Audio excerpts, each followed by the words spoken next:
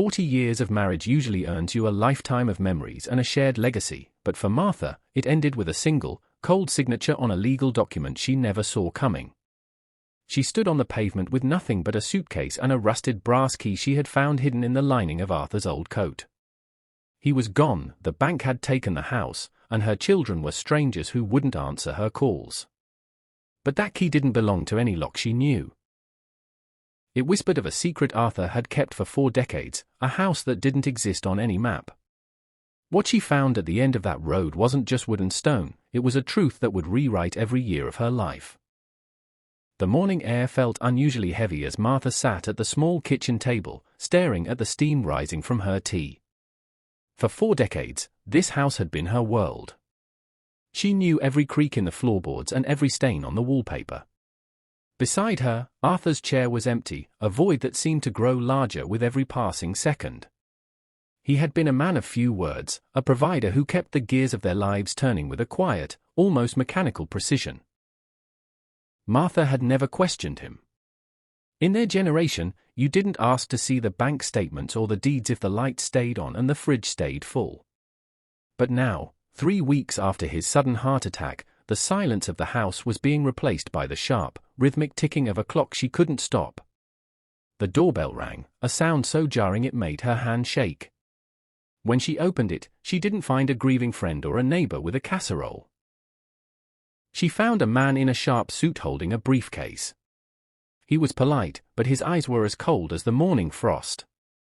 He explained, with a practiced lack of emotion, that the house was no longer hers. Arthur had taken out a series of loans, using the family home as collateral for investments that had long since vanished into thin air. Martha listened, her mind struggling to bridge the gap between the man she had slept beside for 40 years and the stranger the lawyer was describing. How could a life built on trust crumble in the span of a 10-minute conversation? By the end of the week, the foreclosure notices were taped to the door.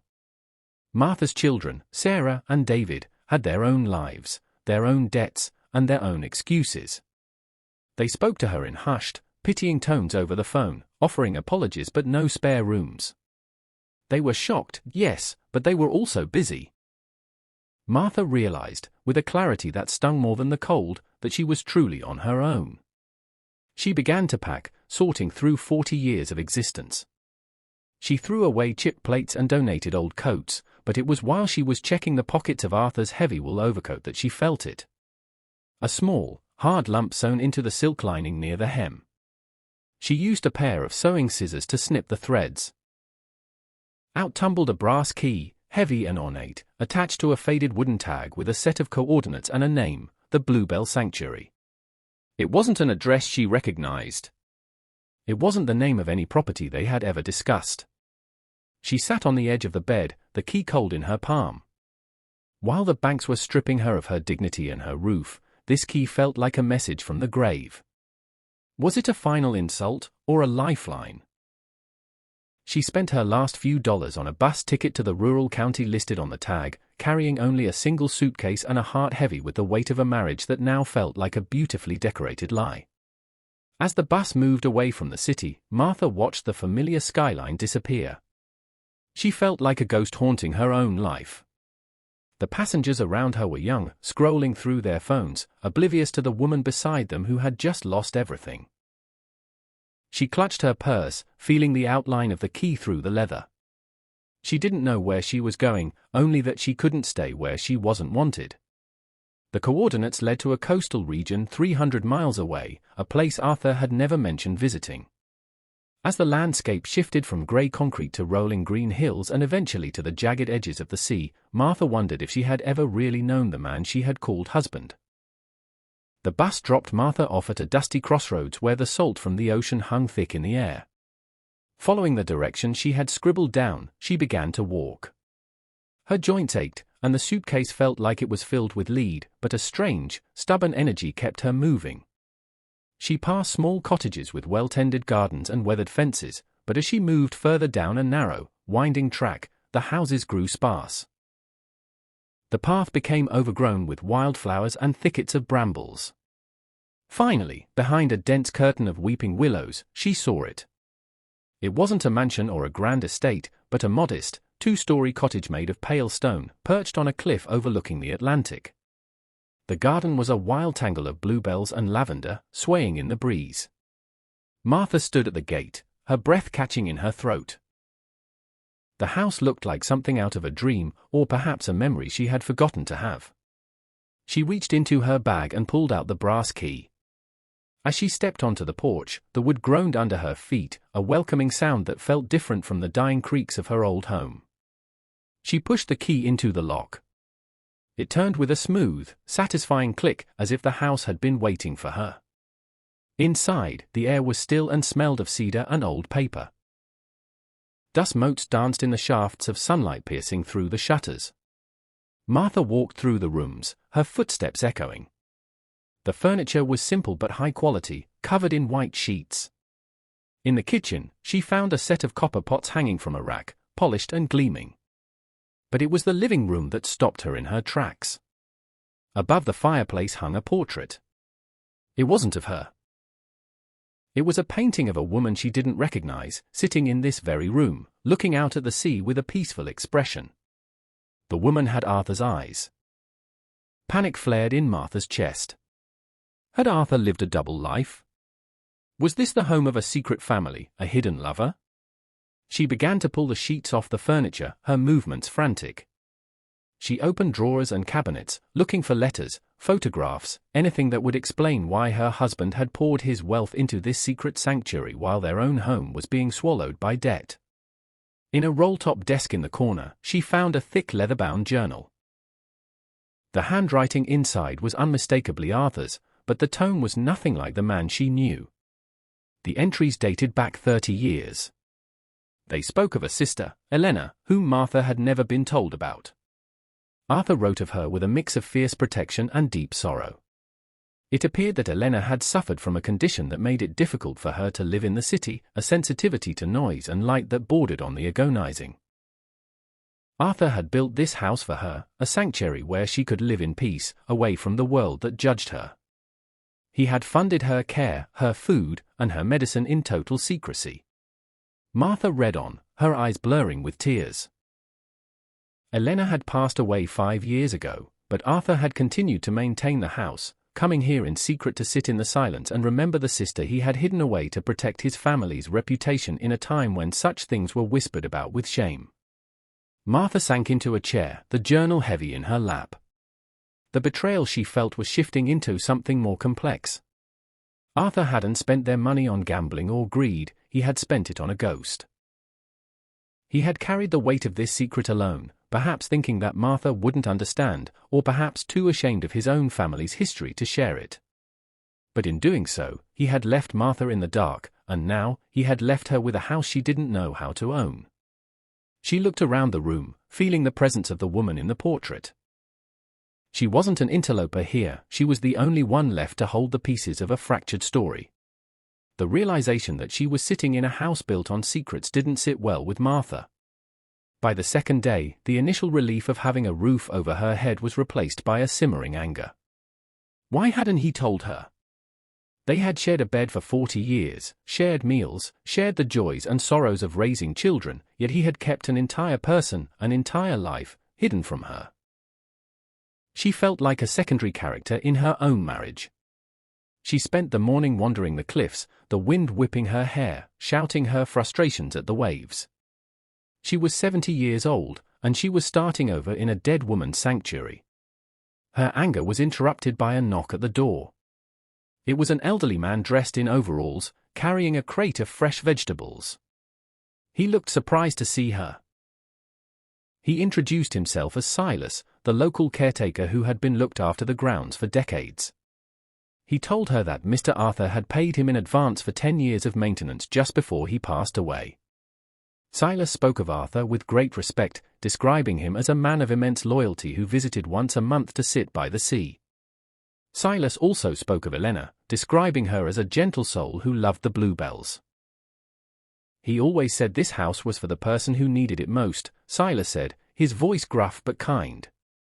I suppose he meant you. Martha didn't know what to say. She invited Silas in, and over a pot of tea, she began to ask the questions she should have asked her husband years ago. Silas knew things Martha didn't. He knew that Arthur had grown up in a house where weakness was punished, and that his sister's illness was seen as a stain on the family. Arthur had vowed to give her a life of dignity, even if it meant lying to the rest of the world. As Silas left, Martha felt a shift in her perspective. She realized that Arthur's silence wasn't necessarily a lack of trust in her, but a prison he had built for himself. However, that realization didn't solve her immediate problem. She had no money, the taxes on this property were likely unpaid, and she was a stranger in a small town. She went back to the desk and dug deeper into the drawers. Behind a false back in the bottom drawer, she found a metal box. Inside was a collection of legal documents, a life insurance policy Martha never knew existed, and a letter addressed to her.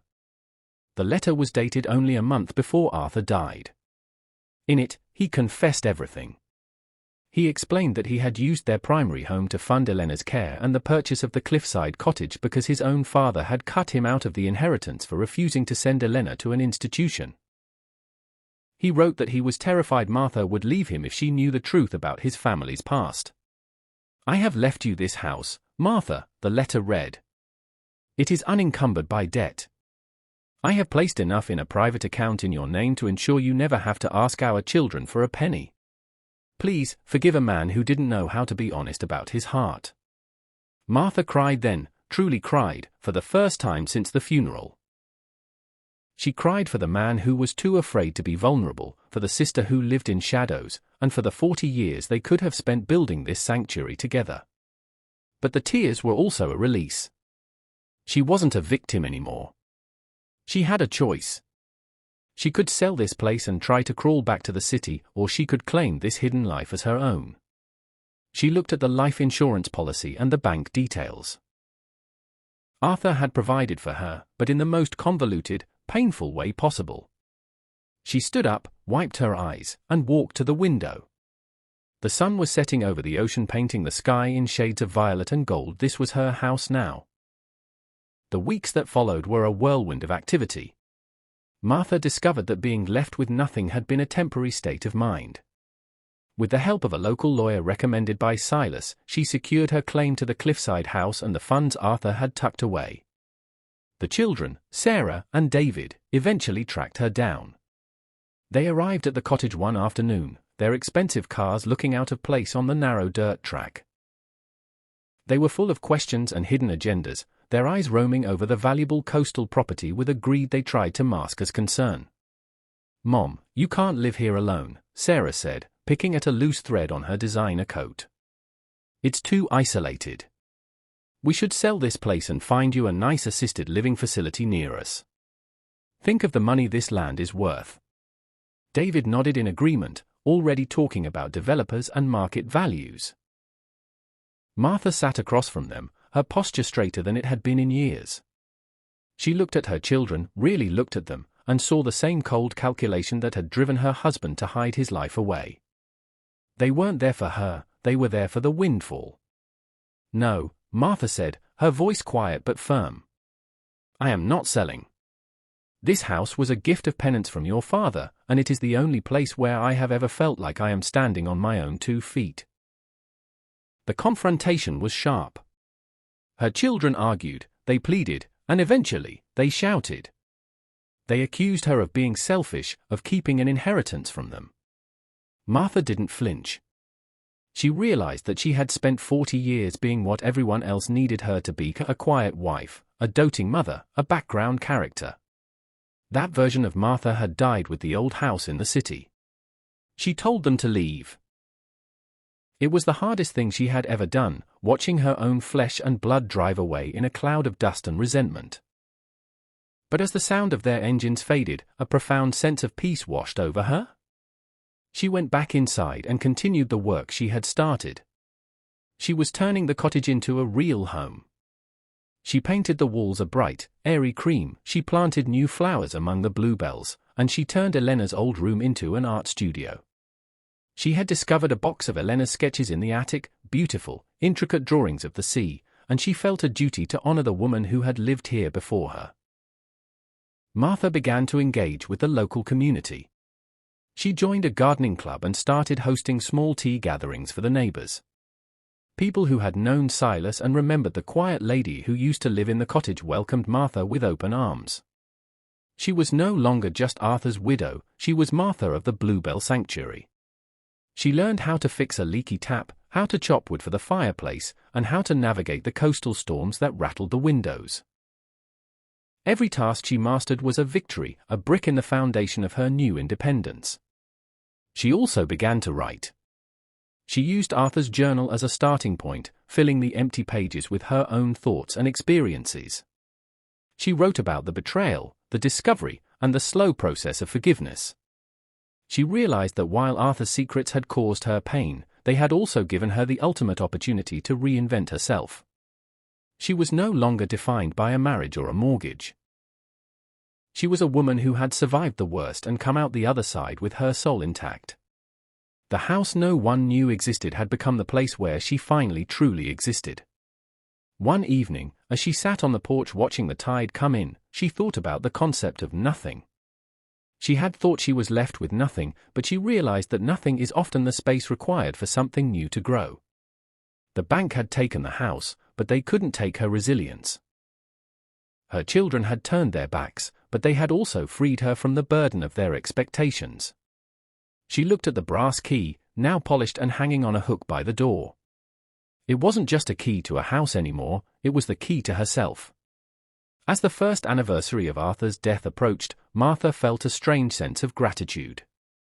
It was a complex emotion, one that didn't erase the years of silence or the pain of the foreclosure, but it was there nonetheless. She decided to hold a small memorial for both Arthur and Elena in the garden. She invited Silas and a few of her new friends. They sat among the bluebells, sharing stories and laughter. Martha spoke about Arthur not as a perfect husband, but as a man who tried his best to protect those he loved, even when he went about it the wrong way. She had reached a point of closure with her children as well. She sent them a letter, not asking for anything, but simply stating her boundaries. She told them they were welcome to visit, but only if they came as guests, not as heirs. Sarah had reached out recently, her tone softer, perhaps beginning to understand that her mother wasn't the frail woman she had once been. It would take time, and Martha was okay with that. She had all the time in the world now, and she was no longer in a rush to please anyone but herself. The house was no longer a secret. It was a beacon. Martha had decided to use part of the funds Arthur left to establish a small foundation in Elena's name, helping local families who were struggling to care for relatives with similar sensitivities. The Bluebell Sanctuary was becoming a place of healing, not just for her, but for others. She felt Elena's presence in the house, not as a ghost, but as a blessing. The two women, separated by a generation and a wall of secrets, were now linked by the same stone walls and the same view of the endless Atlantic. Martha's life was now filled with a quiet, vibrant purpose. She woke up every morning and looked at the sea, feeling a deep connection to the rhythm of the waves. She had learned that independence isn't about being alone, it's about having the power to choose who you let into your world. She had chosen a life of authenticity over a life of comfortable illusions. She often thought about the nothing she was left with a year ago and smiled. If that was nothing, then nothing was the most valuable thing she had ever owned. The lesson she took from her journey was one she shared with everyone she met: it is never too late to find your own voice. You can spend 40 years in a story written by someone else, but the pen is always within your reach. Sometimes, it takes losing everything to realize that you are actually everything you need. The brass key sat in her pocket as she walked down to the shore, a physical reminder of the day her life truly began. She threw a handful of bluebell seeds into the wind, watching them scatter across the cliff top, ready to bloom in the spring. As the sun dipped below the horizon, casting a long, golden path across the water, Martha stood tall. She was a woman who had been married for 40 years, who had been left with nothing, and who had discovered that the greatest treasure was the strength she found in the silence of a house no one knew existed. She turned back toward the cottage, the lights in the windows glowing like warm embers. She wasn't going back to a house, she was going home. And for the first time in her life, she knew exactly who she was going home to. Martha's story reminds us that the foundations we build our lives on are sometimes not as solid as they seem. But even when the walls crumble and the world we knew disappears, there is often a hidden path waiting to be discovered. Independence isn't a destination, it's the courage to walk that path, even when you're carrying the weight of the past. If you ever find yourself feeling like you've lost everything, remember Martha and her brass key. Your sanctuary might be closer than you think, waiting for you to claim the truth and start your own story. Thank you for listening, and may you find the strength to unlock your own hidden doors.